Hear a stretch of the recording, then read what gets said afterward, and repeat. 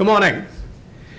My name is Raju Balakrishnan, and it is my distinct honor to serve as Dean of the College of Business at the University of Michigan-Dearborn.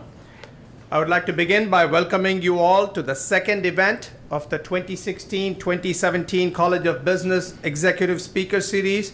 Today's discussion is on how new technologies will change business. This speaker series is now in its sixth year and has become a premier event not only for the College of Business, but for the entire University of Michigan-Dearborn. At the outset, I would like to thank Comcast Business for sponsoring today's event.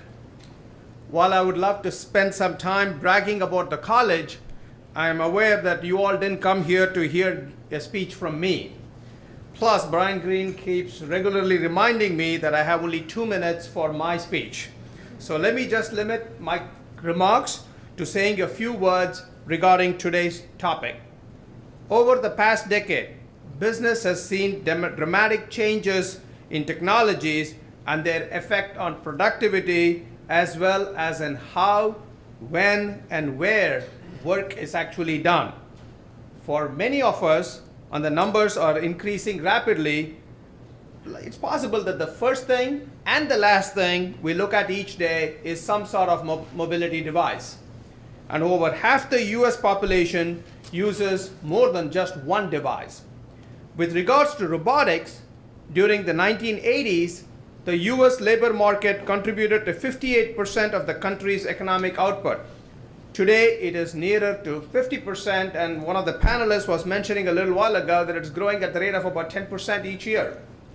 And there are studies indicating that about 80% of the current general market could be replaced by robots in the next decade. Today's topic will therefore have a significant effect on all of us, from quality of life to careers, who and what we work with, and how that work is done. We keep telling our students this at the start of their education here, that we are training you for jobs that don't likely exist today. And today's topic is going to reinforce some of those themes. There are several important questions for which we continue to seek answers, and today's panel will hopefully get us moving in the right direction. Questions such as, what are the new technologies in the horizon? How will these changes affect the speed, effectiveness, and cost of business? And finally, how will this affect the lives of every person in business and the overall global economy? Should be a very interesting discussion indeed. Again, thank you all for being here this morning, and I hope you enjoy the event. At this time, I would like to introduce Steve Mitchell, Senior Enterprise Sales Executive from Comcast Business, to say a few words. Steve?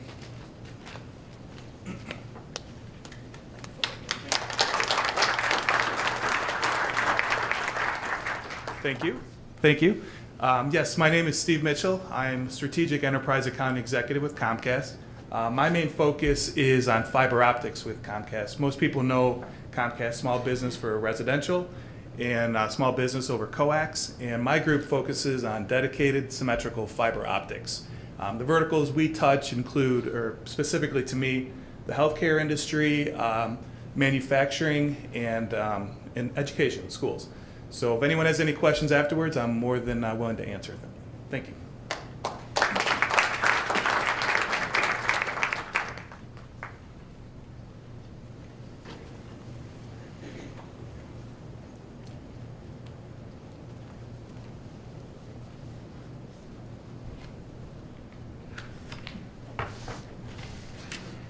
Good morning. It's hard to believe I'm doing this for 6 years now.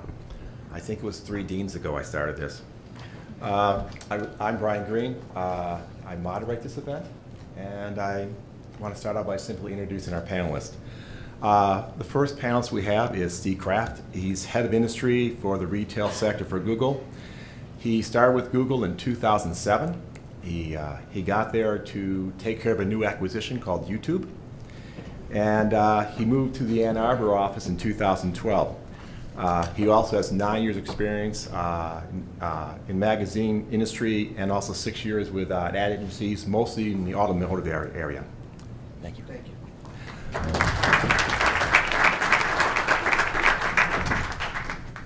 Mark Haska is Vice President, Global Enterprises, Cisco Systems.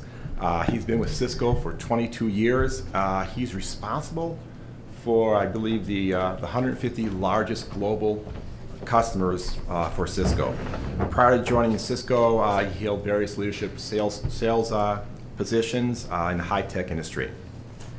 Thank you.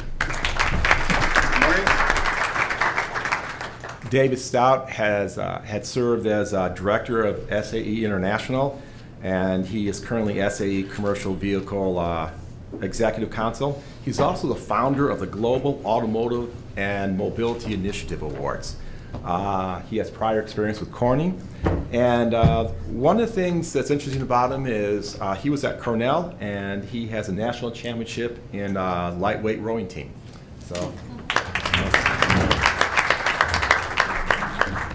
Dr. Jason Tsai is Vice President of Product Development at Fanuc America Corporation. He's been there since 1985.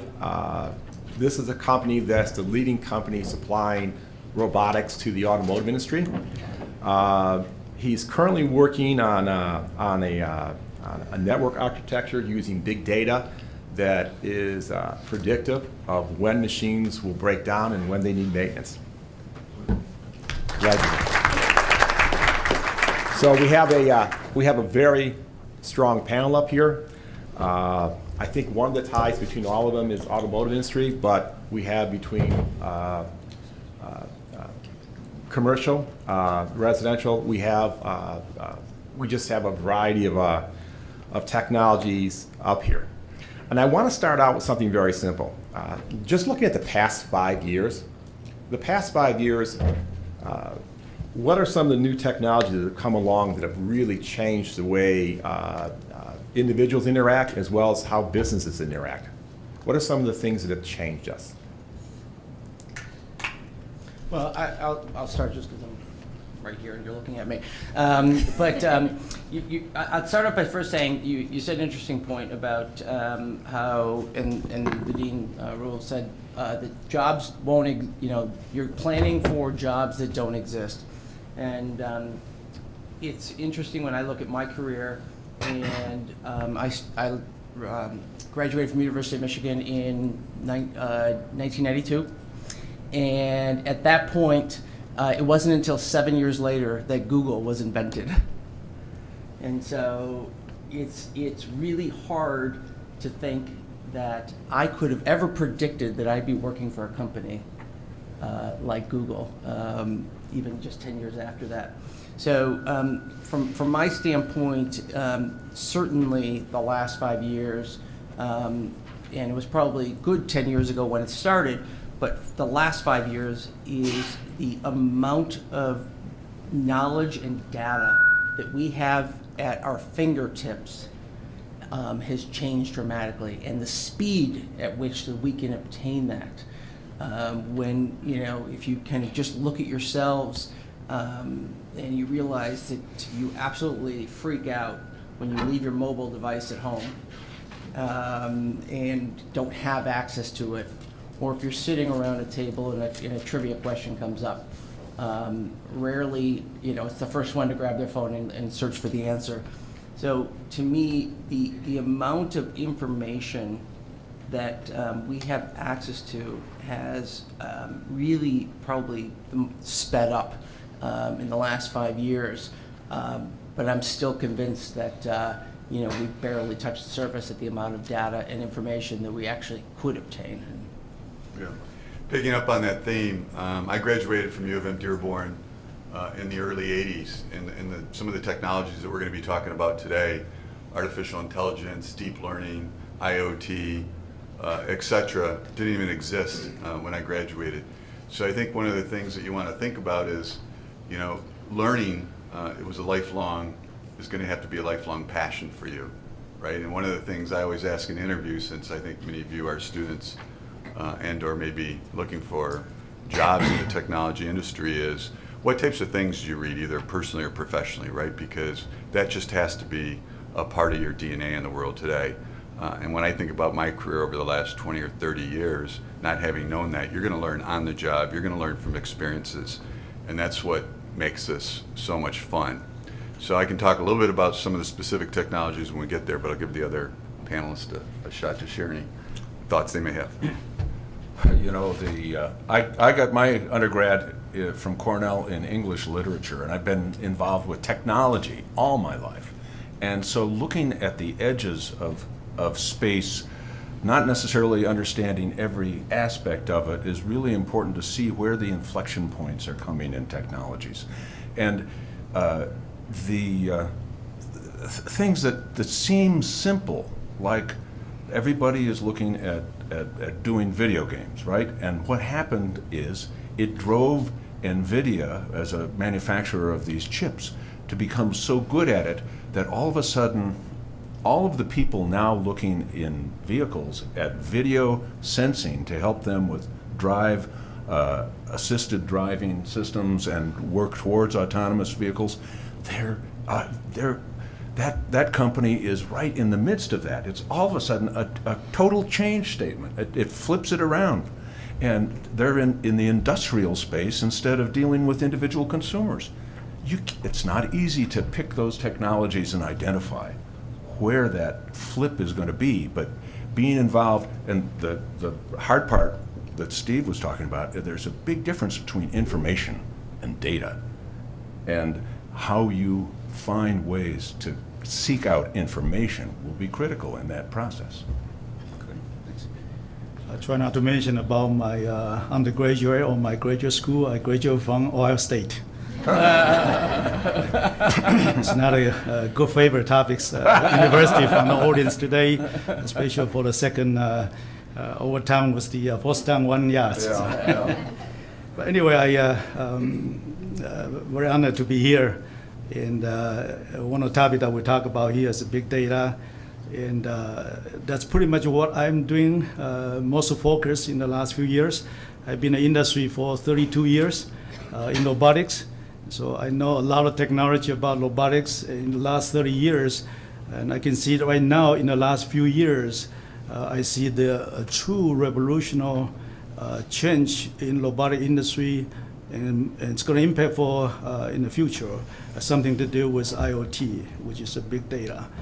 And we are much relevant to the big data. If you think about, Fanuc is a manufacturer automation company. We have over 400,000 installation base of the robot in the manufacturer working 7 days a week, 7 days a week in the 24-hour day, making all the product for everything we use today. And we have over 16 million of the motor. It's running every minute out there worldwide. If you think about the amount of data that can potentially get generated by over 400,000 robots with 16 million of the motor in every second. You think about the control loop for those engineering here, the control loops for any kind of motor, we're talking about 8 kilohertz. So among all those data, you can imagine how huge all the data can potentially generate and put on the cloud, put on anywhere, and that's a huge amount of data. So I would like to talk about today is IoT technology. It's a real application. It works with IoT solution, but instead of using that much of data, use a smaller set of the data, and that's what we're talking about, data and information. So, thanks. In looking at technology in the past, but when we start looking at things that are going to change our future, what's coming down the pipeline in the next 5 years that will change us both at the personal level and the business level? I'd probably want to expand on Jason's point a little bit, is that, I don't think we all realize, even just individuals or robotics or whatever the case, the fingerprints of data that we leave behind. Every movement we make, every statement that we say, every movement a robotic arm makes leaves a fingerprint of data. And as we kind of look towards the future, is how do we digest that data? How do we figure out what to do with that data? When you've got, it's kind of a needle in a haystack. And figuring out figuring out ways to leverage that data, to me, that's something that we've all, is going to be probably a big shift from both the consumer and a business side in the future. I mean, even if you think about, I'll give you a great example of a piece of fingerprint data that kind of Google uses, is when I wake up in the morning, my Google reminder automatically knows that it's a Thursday. I usually go to work today, and it automatically gives me the time to work.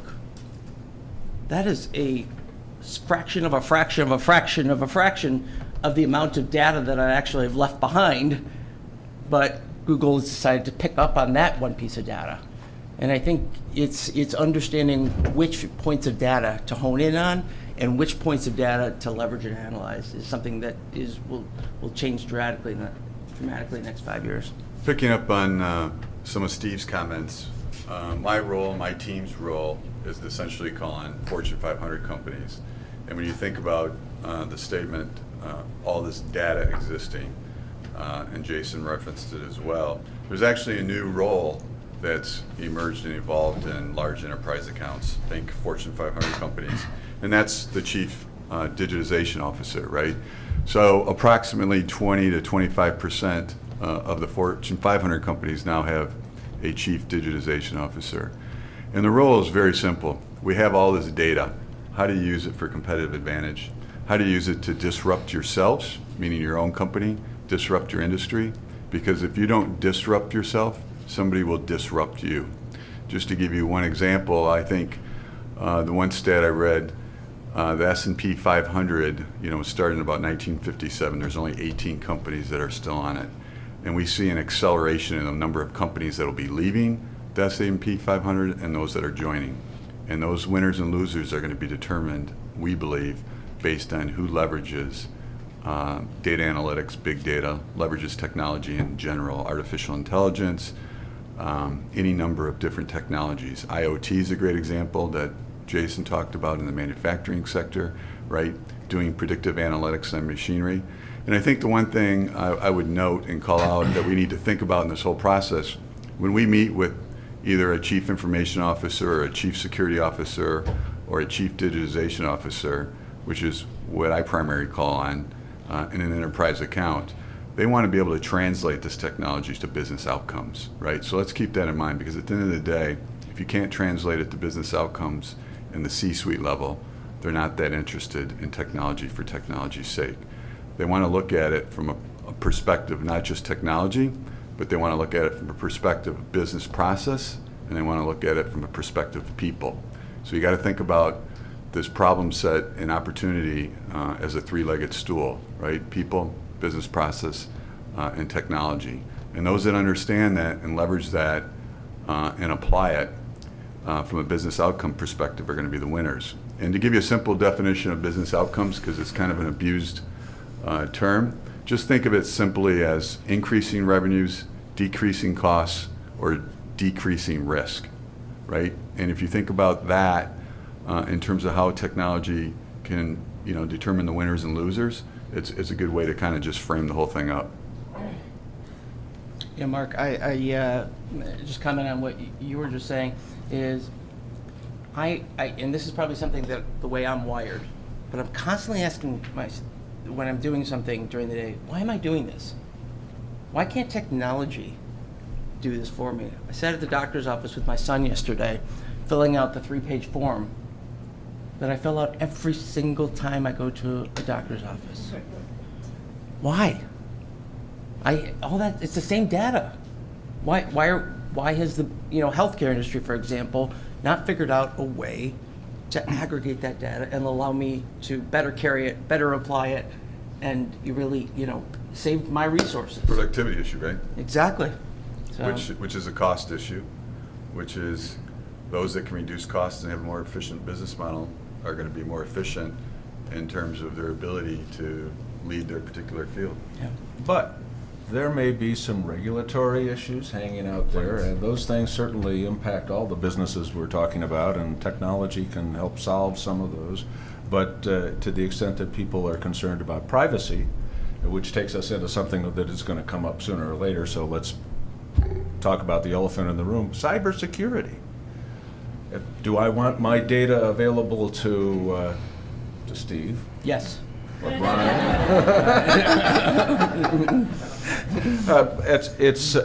It's as you merge with Internet of Things, and do you want, is it going to be that a third of a virus is embedded in my washing machine, another third is embedded in the dryer, and the instigator of all that is going to be my thermostat that I interact with my phone on.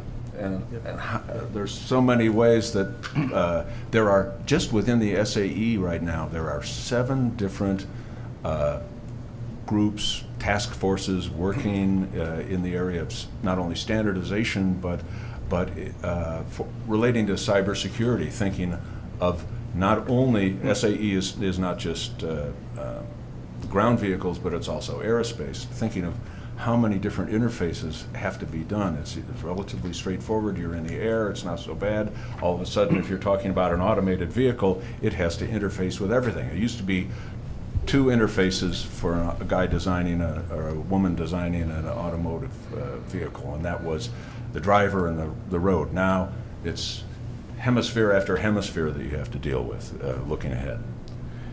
Yeah, just building on that, David. It is the elephant in the room, and just to give you some context for that, my organization, Cisco, spends quite a bit of time on this, right? So think about it. We're the network. Everything, all these bits and bytes travel across the network. We're in about 80% of the Fortune 500 companies, right? So we have a lot of exposure to this, and it is a significant issue. Just a couple quick data points. Most of the hacks or most of the threats have already been there for 90 days before they're detected by an organization. 90 days. The average hack costs about $228,000 to a company, so a pretty significant problem. It's a constant battle between the bad guys and the good guys. One of the things that we're trying to do to address it is we have about 300 people in what we call a Talos group, and they look for patterns in these Fortune 500 companies. So there's a dirty little secret out there, and I know this is on recording, but every Fortune 500 company has been attacked, period. It's a fact, because I get the voicemails. And, and ransomware is very real in healthcare, right?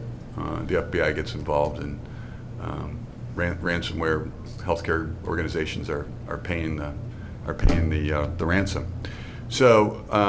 So these 275, 300 people, essentially what they do is look for patterns, either from an application standpoint or a user standpoint, and you start to see patterns over time, what's irregular, so that we can try and get ahead of the curve. And we've got a lot of people dedicated to it. What we're trying to do, and I don't want to make this an advertisement on Cisco, but the security market today is very fragmented. There's probably 70 plus primary security vendors. We're in a little bit of a unique position. We're addressing it in terms of the market before, during, and after the attack. And so looking at it from an end-to-end networking perspective and doing some things there. So as stated, that battle is going to be going on for a long time. What's interesting, we're actually leveraging technology to help solve that problem. So when you start thinking about data analytics, when you start thinking about artificial intelligence, that becomes a way to look at those different attacks and patterns to try and figure out how to accelerate how we can do more things from a preventative standpoint. So we're actually leveraging some of the technologies that we're talking about today from a disruption standpoint to ultimately help try and address the security problem. But that one's not going away. When you start thinking about the Internet of Things that Jason and others have talked about here, there's some pretty good third-party numbers that suggest by the year 2020 there will be $50 billion sensors, 50 billion sensors out there. So sensors, right?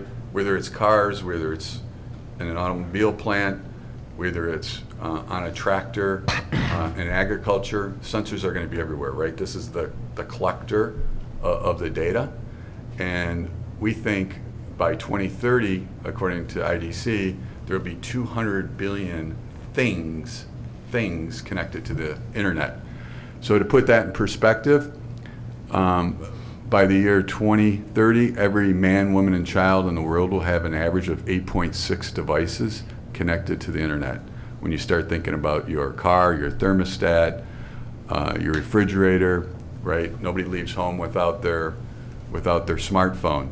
So the reason I'm bringing up those stats, getting back to David's point, the elephant in the room is security and cybersecurity, and that presents not only some significant challenges, but some significant opportunities as well. And that battle is going to be ongoing. And I think it's one of the most important battles, because you have to give you, the consumer, or the individuals, the confidence, right, that your data is going to be safe, when in fact, it's a very slippery path today. There's another technology of the future, I think, that's going to have currently, but it's going to have a large impact in the coming 5 to 10 years, and that is, just to get us off pure digital, is something called additive manufacturing. You've probably heard of 3D printing. And one of the key elements that's going to change in the automotive space is the tooling industry.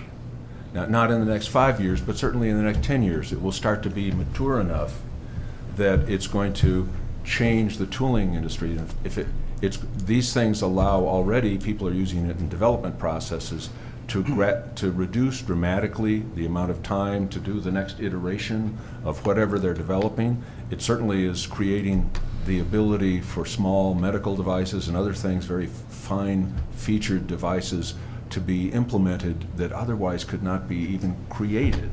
And that's going to impact automotive space. It's going to impact all sorts of space that we're not yet. It's going to create new industries, most likely, because they'll be able to do things they haven't been able to do before. And it's going to create, for example, people, there's one company called Local Motors that is actually financed by China.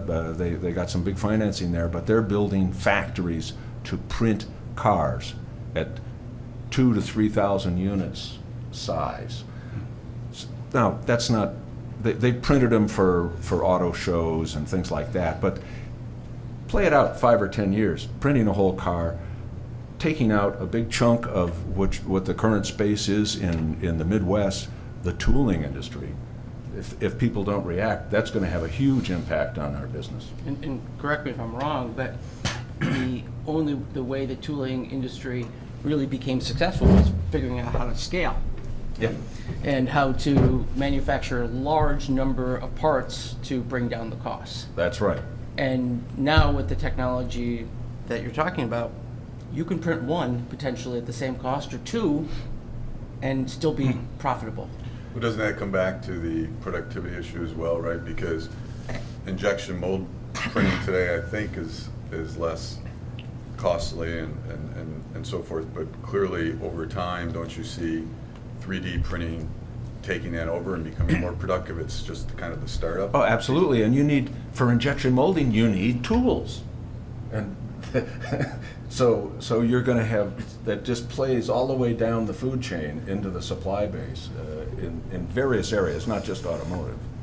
So we'll go back to the IoT, why it's not cover wide spectrum of the device yet. I think I totally agree. This security, cyber security is absolutely critical. The last thing we want as the robotic supplier for the manufacturing automation, the last thing we want is, because of cyber attacks, getting all the robot connect to internet, to the cloud, the last thing we want is to cause the production downtime. And it's a huge consequence for any kind of production downtime may occur to automotive company today. Automotive company running the production today pretty much 6 days a week, 24-hour, 22, 23-hour days. And so for any kind of production downtime, it's almost impossible to catch up for those, particularly for things like truck point.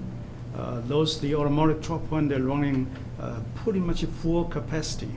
So any kind of production downtime, what they end up is lost the profit, lost the productivity, lost the profit.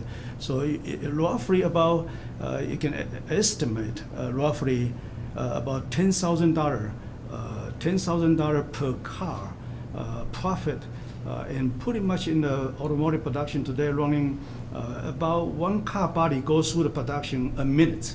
So you have a production loss for 1 minute, you potentially lost $10,000 profit loss, not able to catch up that type of the production loss. And so what the IoT solution that we're trying to provide from front point of view, which is kind of the other factor of the security is the ROI, return on investment. Mark talked about there are, up to 2020, there will be 50 billions of the device, IoT device that communicate each other.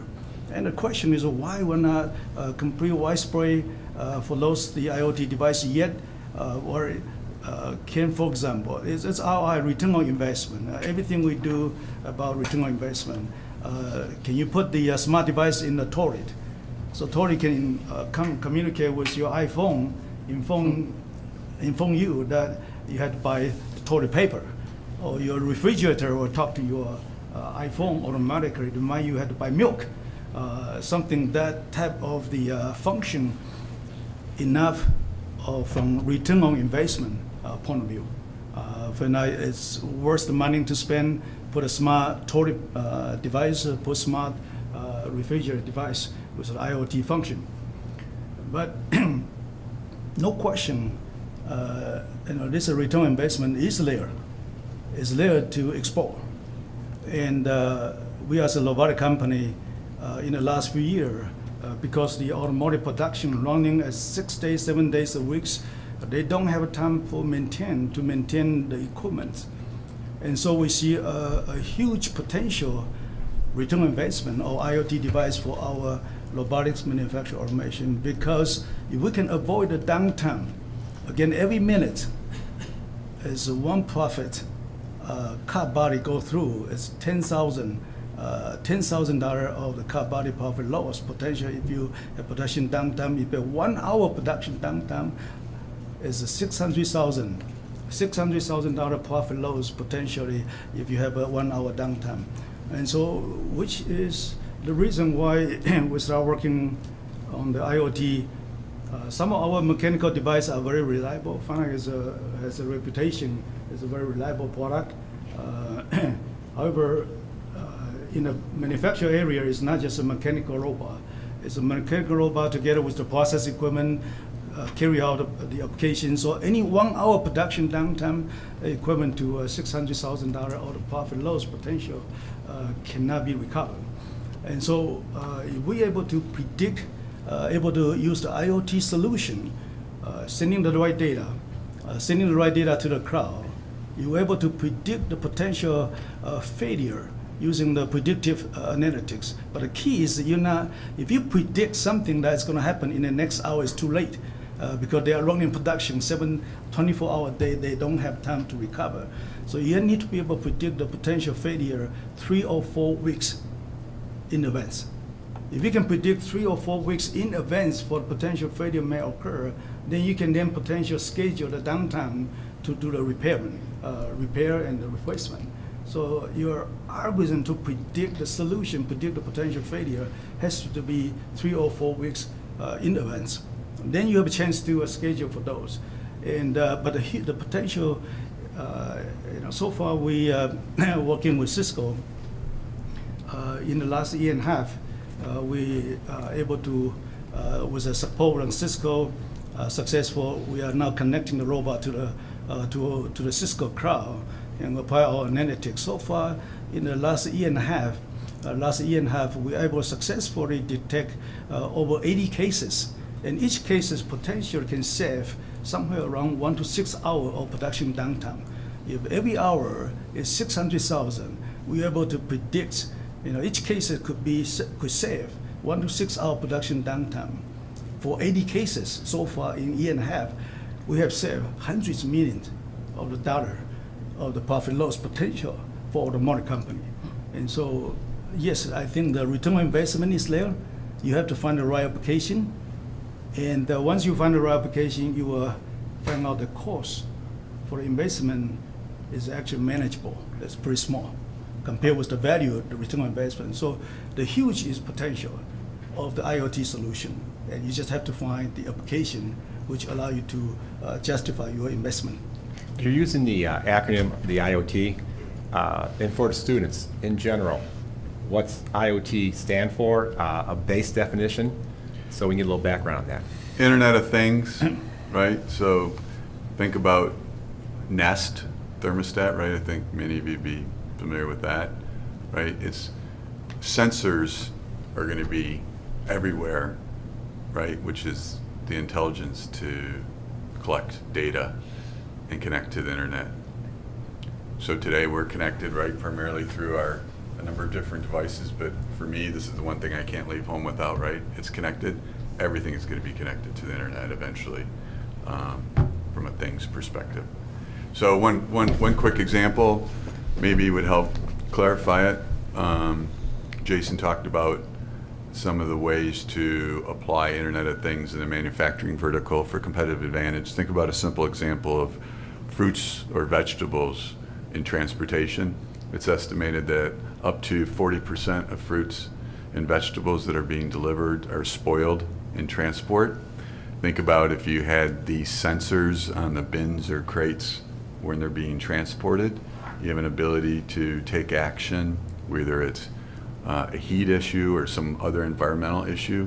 What could you do to preemptively stop that from spoiling, right? Simple example, but again, it's competitive advantage. You have more produce that can now be sold from that truck versus somebody that's not leveraging the technology. And with, just to maybe even go one step higher, is we can't think of the internet as we see it today. We think of the internet as, .com and, websites. The internet is just connectivity.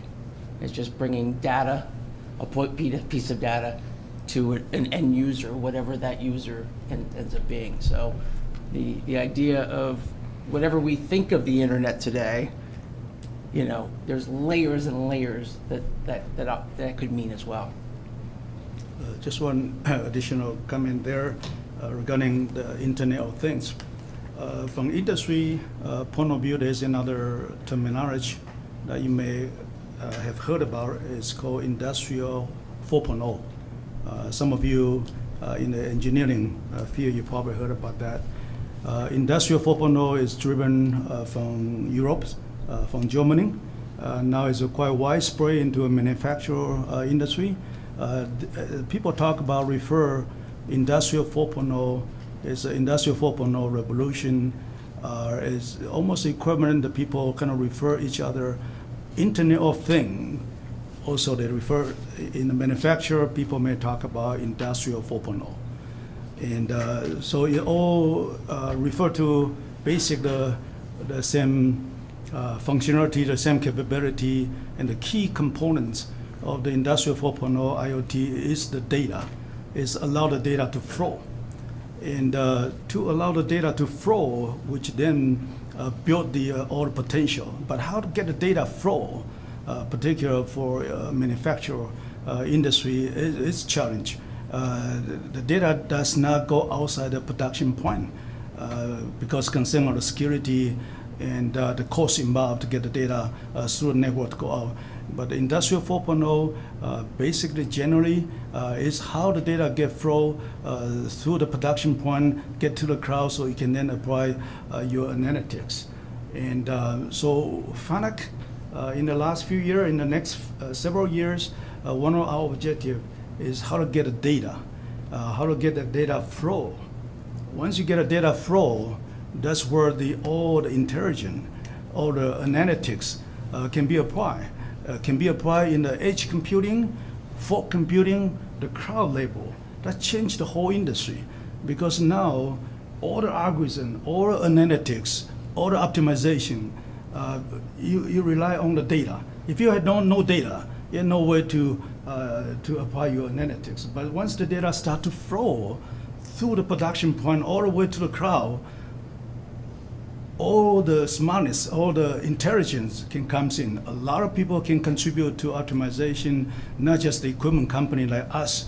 All the people are able to use the resource, use the data, and then optimization comes in. Just like how the internet make the whole interface or data flow, information makes productivity so change so much. The same thing, once the data start flow to manufacturer, then all the intelligence, all the optimization become a huge potential, and the future is huge.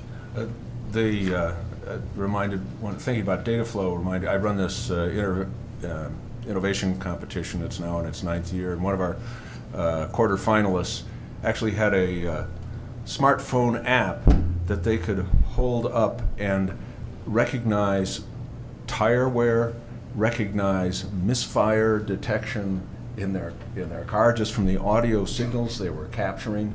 So from a standpoint of thinking of all this data, the question is that only available to these big companies, or are there going to be a whole series of innovators and startup companies that are going to come up with ways to come up with new predictive analytics that big company A or big company B won't be able to have, because they'll be, they're sort of focused and saying, well, no, that's not sure about that. So, yeah, I think that's a very good point. That's what we focus in the next few years. In order to make this concept works, to get the data flow, get more people involved in the manufacturing industry.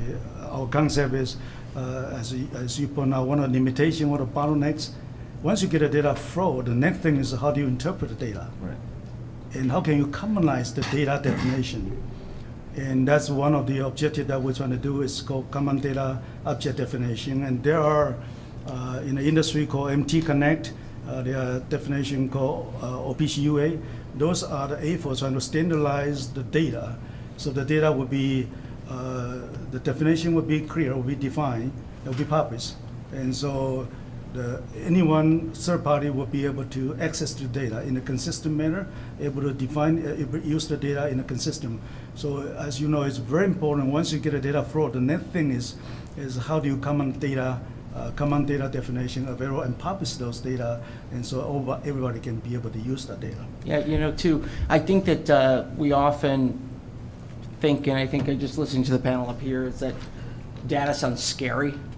Data sounds almost Big Brother, and obviously cybersecurity is a critical issue as part of that. But I think that there are tremendous benefits, even for you for business folks or consumers, even as simple as, I'm sure most of you guys have Amazon Prime here. And when you log into Amazon, and it offers recommendations based on previous purchases, it's just a good use of data. Simple use, that's all it is. It's a good thing.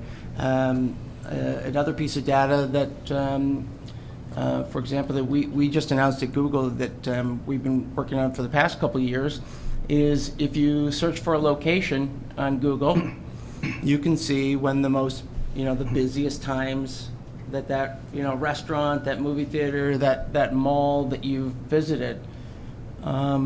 And that's simply, and I'm going to use the same prompt that you used, because we're all using it, is every single person here is walking, and my flashlight's on, my battery's going to die. Is that an Apple phone? It's not. And I need to talk to you about your iPhone later. But the idea is that you walk, the reason that we're able to even populate that data, give you recommendations on what time to walk into a restaurant, is because other folks have walked into a restaurant with their phone and the location has been recorded. Mine's disabled. Yes, and we extrapolate much. But the point is that you know, I also want us to not think about just data in a scary, bad way, because even to the point of being predictive and knowing 3-4 weeks ahead of time versus, you know, an hour or 10 minutes before, that's for good reason. And I think that's one thing that I think gets probably lost in the media, and lots of discussions about that big data is bad.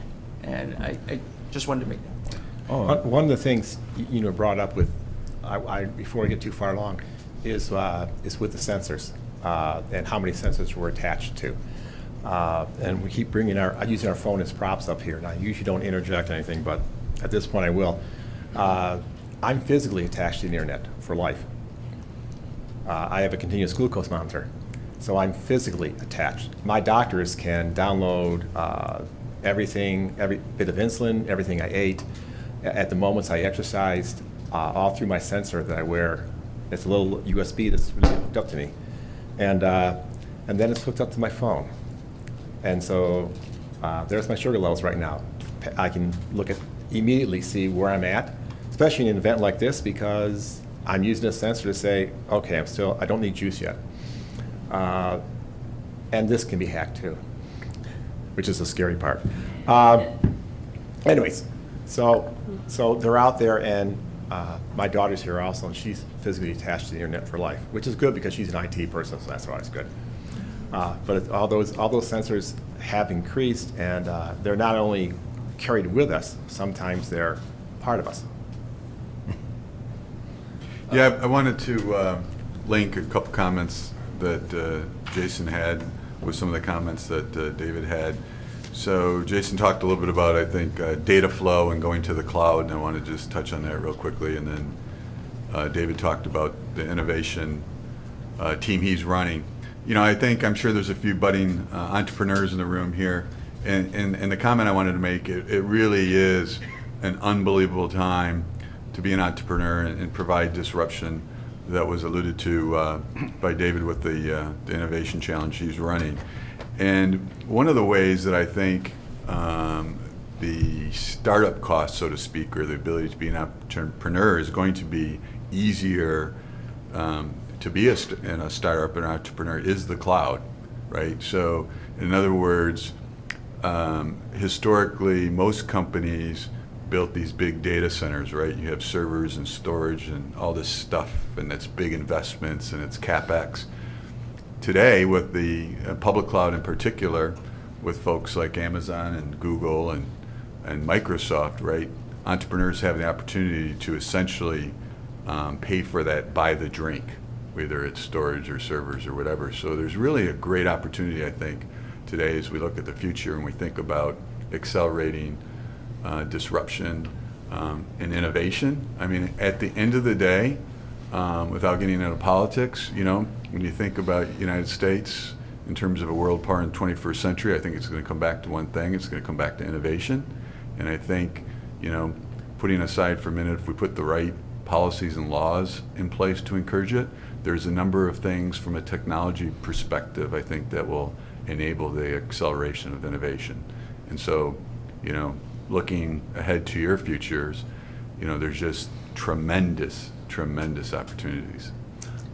I'd like to jump on something. I really liked Jason's description of how they were using prognostics to save downtime, and there's a lot of industries the automotive industry is certainly wanting to do that, looking at the data on individual cars and seeing when they should advise somebody to come in. That's not totally there yet, but it's starting to move in that direction. But he also talked about ROI. Well, let's talk about the I side of that. A lot of you are driving vehicles to get here. I don't know, did anybody take an Uber to come? Just curious? No? Okay. Well, you know, the estimate is that for a new vehicle, buying something, financing, et cetera, that's going to cost somebody about $9,000 a year on average. Now, the estimates are also that it's used 4 to 6 or 7% of the time. Is that a good ROI? Think about it.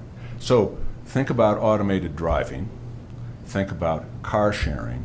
And there was a study done by Barclays last year that forecast that the market by 2035, 2040 is going to, in North America alone, will probably shrink. Now this is a scenario only, from the 17 million down to 9 or 10 million vehicles sold per year, because people are going to be utilizing those completely differently. And you may not own it. And what that means is, all of a sudden, is the car company going to be the one that has the insurance? It's going to be product liability insurance. Instead of you having individual, you might have rider's insurance, but you won't have to have car insurance. That's going to, think about the disruption in the insurance industry within transportation and what that could be. Think of the disruption in terms of if it's really going to be Android inside or Intel inside or something else. Will it be the car company that is the one that's really offering things, or is it going to be the company that, like, for example, is it going to be a car with Apple inside that's manufactured by Chrysler? And those types of disruptions are potentially ahead of us. And what could you do with that money if you were just paying on a usage basis, using the asset? And I was mentioning it to Steve, and he raised the point, what about this building? It's not used 24/7. It's way underutilized. That's one of our challenges. Yeah. And now take it maybe even a step further and think about customization. That, let's imagine that we shared a vehicle. Multiple people share a vehicle. But now what if, as soon as it recognized that I walked into the vehicle and I was using it, the dashboard, the settings, everything changed and customized to me. And that's, to me, the power of data, power of sharing, but customization and personalization, I think, is a big key too. Yeah, I mean, customization, personalization, from a marketing standpoint, it all comes back to the user experience, the customer experience, right? And you think, even in retail, you're seeing that in a number of different places. You go into a Cabela's, we're working with them, where if you're standing and looking at something for some period of time, more than 3 minutes, an associate in the store automatically gets an alert to come and provide some assistance, right? Simple things. Again, you're trying to improve the customer experience. Starbucks, largest payments company in the world now, right? 1 in 4 people order on their mobile device. They do $2 billion a quarter just via mobility. So lots of changes coming. Panera Bread, you go in there now, it'll push personalized information on the menu, the things that you may like based on previous buying patterns. It'll push it right to your device. So those are the things you need to be thinking about in terms of how is it going to impact the individual and that personal experience. That's probably where those market opportunities are going to exist, at least in the retail space. Yeah, McDonald's considers itself to be a mobility company. Mm-hmm. Correct. Yeah, I think every company is going to have to view themselves as a technology company. I mean, the best example, only because they advertise it a bit, if you've seen the GE ads, right? They talk about trying to attract folks like yourself and not being an old stodgy manufacturing company, but being a technology company. They're trying to reinvent themselves.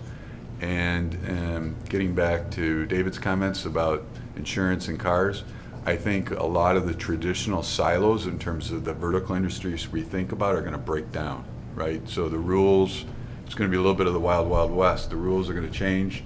Technology as a disruption is going to make us rethink about how we think about vertical industries, and there's going to be more focus on the customer experience, period, and what's the best way to deliver that. A slight pause.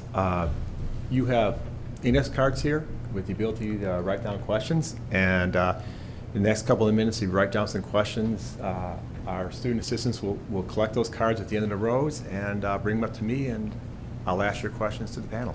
There was even an interesting article yesterday about your point, is that about being able to pivot, being able to change your company's direction. and I could be wrong, but Philip Morris announced news yesterday that they no longer want to be in the pure cigarette business. They want to be in the e-cigarette business, or more, a technology-focused, cigarette business. I mean, talk about a company that, it's probably, long time coming in terms of needing to pivot to something different, but still, that's a big shift. Big shift. Additional comment to Mark's your earlier comment about entrepreneurship opportunity. I know a lot of students, young students here. Yes, I think I totally agree. This is actually the data come from the Cisco report. That together with your 50 billions, the IoT device, there is another number is $4 trillion. $4 trillion that relate to IoT value by year 2020. $4 trillion in manufacture alone. And it is opportunities. It's a great opportunity, IoT, for the entrepreneurship, for the opportunity. As I say, the data is going to get flow. We and Cisco are working together. We have been working together in the last 3 years, and we'll continue to work to build the data flow all the way from the production flow to the cloud. And just like once you build the interstate highway system, once you build a highway system, then all the economics, all the data, all the goods can communicate, flow through very quickly, easily. And the data highway from the production flow today, that there's no such kind of data highway exists today, 2 years ago, but it's existing, it's starting between Cisco and the other company, including Fanuc, is going to build a data highway. The data is going to start to flow. So whoever that has the analytics solution can then inject to this data highway system to be able to provide a value for your customer from the production flow all the way to data management, all the way to the cloud system. And that's where huge opportunity. And that's where the $4 trillion or the manufacturer value potential by year 2020 can potentially generate such kind of economies. And that's where I think for those entrepreneurship, here's opportunity for you. Yeah, and the venture capital community is looking at automotive space, no, excuse me, strike that, transportation space as the hottest space right now.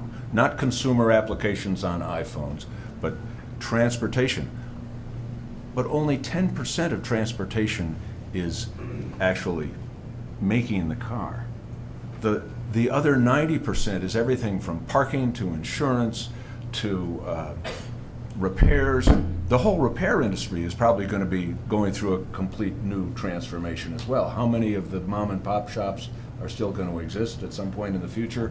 Will the whole squeezing on the supply chain, like Amazon has done, and taking out middlemen, will that finally reduce the number of dealers and the amount of inventory that's sitting out there? There's in the U.S. there's probably $300 billion of cars sitting on lots, doing nothing but aging.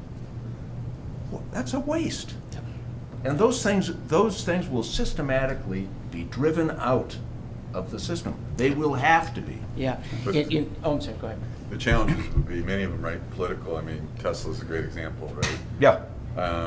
The opportunity exists for those efficiencies when you think about how we move forward collectively to be more productive. We talked about the I and the ROI, right? Those opportunities exist, but there's a lot of vested interests in some of the legacy ways we've done business that are going to have to be dealt with. And sometimes those are bigger challenges than the technologies themselves. Amen. And I think that's going to be the fascinating time that we live in over the next 5 to 10 years, to see which of these technologies, whether it's printing a car instead of making a car, so that I can have local factories that build on demand rather than, and maybe it's 15 years out, but those types of things, if a traditional company doesn't embrace it, the Cincinnati Millicron is already printing. I saw them, they had a printed vehicle at the composite show this last fall. It's coming, and some of those companies are saying, I'm going to get on the bandwagon. Yeah, I would like to get a audience question in. Yeah. I think it's the least I've worked since I've been here up here. Yeah, they obviously read the questions I wrote and they just went with them. And if I didn't like what the question was, they just put another answer up, just like a politician. Okay, so we have a lot of data overload out there. And Steve, you kind of made mention to this. And how do we make sure that with so much data out there, that we don't get wrong information, especially dealing with marketing products? Yeah, and not to get into politics either, but I think, you know, the whole fake news, you know, stories of the last couple weeks, even the last couple of days, have been an interesting twist. It's determining what's real, what's not real, and I think that's going to be a real big challenge in the future. Even from a consumer standpoint too, how often do you trust the reviews on sites? Fair, you know, Amazon you kind of trust. Other sites, you know, maybe not, and then you sit there and question it. And I think you know, just thinking through and even thinking about what Jason was saying is like, how do we get better at predicting what's right and what's wrong? And I think that's a real big challenge as we move into the future in understanding what data, you know, really tells us the truth and what data gives us signals that are interpreted incorrectly. If I can just say the data, since I got quite experience on the data itself, you know, as a robot with 6 axes, and we potentially can speed up a whole bunch of data. You know, if you speed up all the control data, it can be up to just a day. A production point can be a terabyte, 50 terabyte data. If you speed up all the detailed data, can be. But today, we're able to use only 500 megabyte data. About 500 mega instead of 50 terabyte data. We use only 500 megabyte data per day per point. We're able to predict those failures. So it's important to understand and to know what data that need to be transferred, because then you can waste a lot of traffic. Yeah. Well, every Fortune 500 company that I work with either has a digital strategy or is developing one, right? And as a part of that, think about the amount of data that's going to be amplified in the future in terms of how big it's going to be. I view it as nothing but an opportunity. It's going to get back to data analytics and big data and the ability to use it for competitive advantage. All these companies have more data than they know what to do with, but again, how do you use it for competitive advantage to either disrupt yourself or disrupt your industry and apply it in a way that drives business outcomes? And that's really the challenge and the opportunity. Yeah, I'm sure you probably see this a lot in your business. I do with a lot of the customers I work with. There's many of them that just are overwhelmed with the data and just give up. Yeah. Because they don't know what to do with it all and don't know how to process it all. They're getting thrown too many things at once, and they just, we'll just go back to our old ways. One of the things that I didn't write a question about, but one of the members of the audience did is looking at the information out there, what can be drawn, what can be used, and what's available to everyone. Is there a point in which we need more regulation relating to the internet, at least on the consumer side? Is there a point in which we need more regulation on what data can be drawn from people and stored and kept? No one wants to answer that. Let's look at it from the automotive standpoint for a second. Right now, there's a lot of people that use the diagnostic port. Insurance companies stick something in that has an accelerometer, and they're measuring fast braking events, among other things, extracting some other data, and they're building user-based insurance. So if somebody that has lots of hard braking events pays more than somebody that doesn't. And the car companies are certainly for for accident reconstruction, I used to spend time in the airbag electronic space. You know, you're collecting the last 30 seconds of data prior to a crash event, so you know what's going on during that. Who owns that data? Is that you, the consumer? Is that the car company? Is that the insurance company? It depends on which way you're collecting all that. And do you want that when somebody's doing accident reconstruction? Do you want that pointing at you because you were going faster than the speed limit? I don't have an answer to that. I'm just raising that as a specific example addressing that question.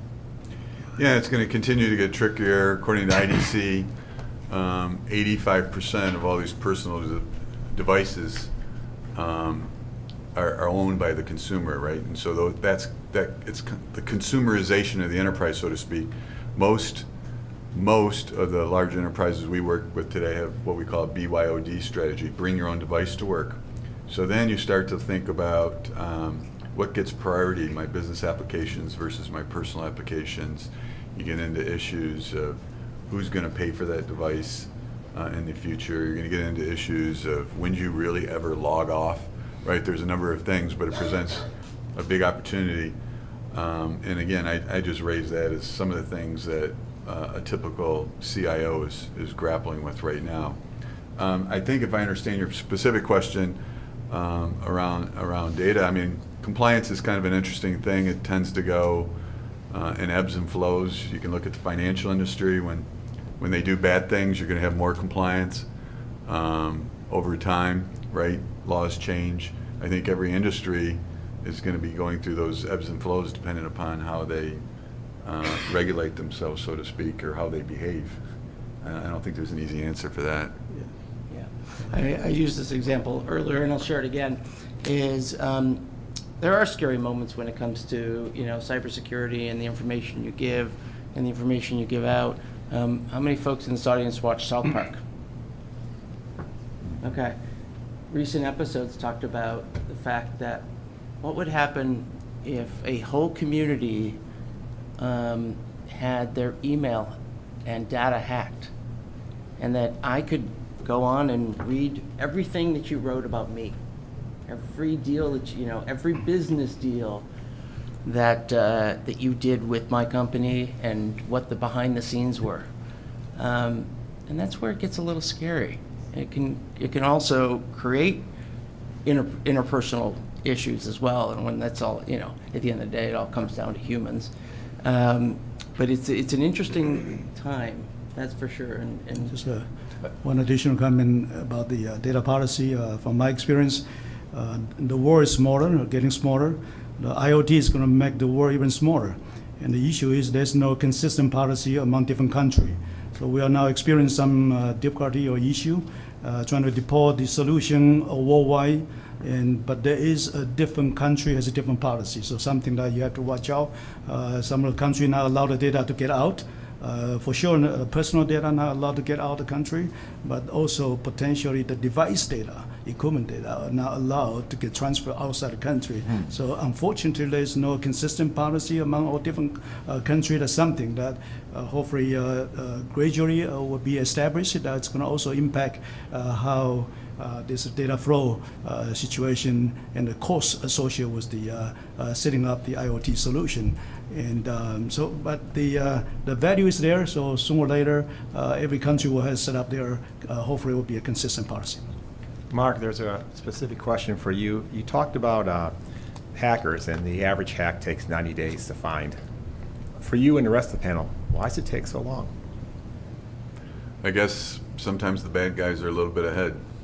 You know what? I'm going to, actually I have my top technical guy in the room. Eric, Nick, do you want to take a crack at that one? So I think that the biggest challenge that it takes so long to detect these breaches is the complexity of networks as they're built today. Mark mentioned this earlier, the average enterprise customer has between 50 to 70 security vendors in their market, or in their environment rather. If these security vendors are not talking to one another, or you don't have end-to-end visibility, it's very easy to find one niche within the network, exploit it, and then slowly siphon data out. So the real key to providing security is visibility and sharing data between organizations. I guess even put it into consumer terms, like you have, how many different apps do you have on your phone that you've given authorization to? And each might have its own little policy, and one of those apps might be the problem. Probably last question for today. The workforce itself, we talked a lot about technology and business and consumers interacting with technology. But when you look at the workforce and you look at the skill set that the current workforce has, what segment of the workforce could this potentially leave behind? And what opportunities will this create for a new segment of the workforce? The other elephant in the room, huh? Mm-hmm. Interesting question. It's kind of, first of all, there's not an easy answer. If you think about globalization, and let's be candid, one of the reasons that the current president-elect got elected was there's a segment that felt disenfranchised in terms of globalization. And so the reason I use that as a kind of a reference point, clearly there's risk when you think about the amount of automation that's going to occur going forward, right? And there's already a number of discussions about the haves and have-nots in our society. And you really can't debate it in terms of the data that exists. It's not an easy problem to solve. At one end of the spectrum, Elon Musk has come out publicly and stated, this whole concept of a UBI, universal income, basically, right? Because he feels strongly that there will be a number of people disenfranchised. So then you start getting into questions, as a country, as an example, if we create enough productivity and enough value creation with these technologies that we've talked about, are we going to be able to support potentially a segment of the population whose jobs potentially could be eliminated? Because the reality is we can talk about retraining, and I'm sure there will be programs that will be put together by government, hopefully companies themselves. The question I have in my mind, is it going to happen fast enough versus the speed of what these disruptive technologies are going to do? And these disruptive technologies are going to accelerate quickly, right? So we're in kind of the early adopter stage for a number of them. We all gave examples of how they're being used in enterprise today and how they're being used in a number of different verticals. This thing's going to ramp up quick. So, that's something that we're going to have to pay very close attention to. It has tremendous implications from a society, from a political standpoint, and it'll have to be addressed and debated, and I certainly don't have the answer. No, and we as societies don't, as individuals, don't change as fast as all this technology. We individually, we don't have two people we can delegate to necessarily to help support us in our transition to whatever comes next. It's one thing to do it talking about the top 500 companies or even the Mittelstand German companies that are organizing some of this manufacturing 4.0, but as an individual, boy, that's a much bigger cultural leap. Education's going to be a differentiator if you look at it by country, right? That's a whole different problem, but an educated workforce, we have to address that problem because in the way the world's going, you have to have an educated workforce and people that view continuous learning as a part of their DNA. Yeah. And I think the society that has the potential to pivot, and a society that is willing, can change, will probably be the most successful in the future. And that's not an easy proposition. We used a word earlier, risk, and that gets in the way. Okay, Jason gets last word. We lost about a quarter of our students because we have 9:30 classes, but Jason, you get last word here. Well, I see, this technology, I see everything is positive, especially for American. Technology is going to change the way how everything is manufactured and everything is how it's function. In the last 10, 20 years, we offshore. Manufacture have been shipped to overseas because of labor intensive, because technology is not there. Technology is not there to overcome the labor-intensive manufacturers. So in the last 10, 15 years, the manufacturer have been offshore. I think there's a lot of push right now because the technology now is automation, robotics, automation, IoT solution. It's going to allow technology maturing now to allow this manufacturer now coming back because it's going to lace depends on the labor. Once it's begin to depend on less of the labor, and the manufacturer going to bring back the to U.S. I think that's where I believe I see the potential. This is called reshore.